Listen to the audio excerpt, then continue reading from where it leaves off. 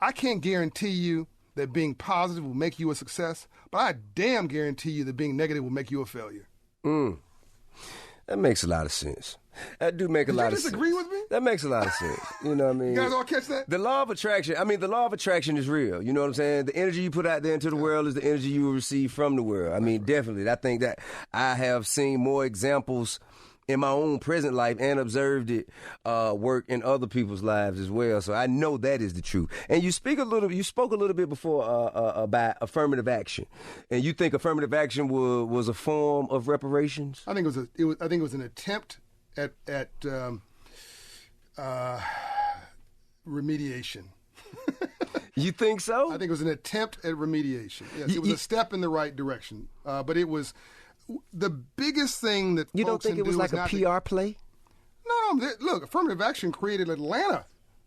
That's a huge PR play. I mean, the biggest collection of black millionaires in the country is Atlanta, and that was Maynard Jackson, Ambassador Andrew Young, and a bunch of other mayors who said, and Ambassador Young with the Olympics, who said there's $1 billion at play here.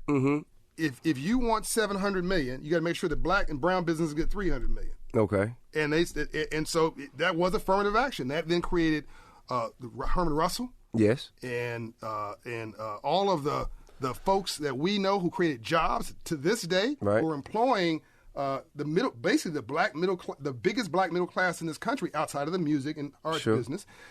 Corporate Atlanta, that's really where it came from. Atlanta decided to argue over money, not race. That's the difference between Atlanta and the rest of the South. You know, by the way, Birmingham, Alabama, and Memphis should have been Atlanta. Bigger populations.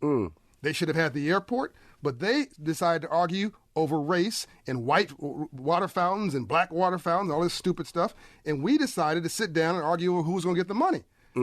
And all I'm saying is that we need to upgrade that software, right, and reimagine that conversation, right, because that's actually something you can win. That's an argument you can actually win. Right? I agree. I agree with that. You agreed again? I agree with that. I do agree that I do agree that we need to put our own financial empowerment first in our minds. Okay, I do believe that in order for us to progressively move forward together, we have to be financially empowered individually and collectively. Which starts here. It does start in the mind. If they give us the money, we're going to lose it. Sure, but I also believe that outside of the money, even if you have the education, even if you have financially empowered yourself, even if you have become a pillar of your community, right, if you go outside, you're doing the right thing, get shot in the face by a white man just because he said so, that requires consequence. That requires action. And you can't.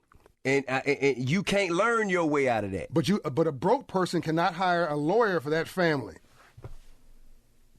They don't need a lawyer. No. That family needs. They need an AR-15. Well, I'm going to argue they need a lawyer. Hey, man, they need legal representation, and they need somebody who's got resources like you and me to be able to back them up to make sure they can. Okay, well, now we're coming around. They need both. I think Jesus would prefer to say the lawyer than the AR-15. I mean, look, man, Jesus had killers running with him. David wasn't nothing but a killer. Jesus had boys. David was a killer, man. And he was in the squad to make sure Jesus was straight. He cutting off ears, doing whatever got to be done in the name of the man that I'm walking with.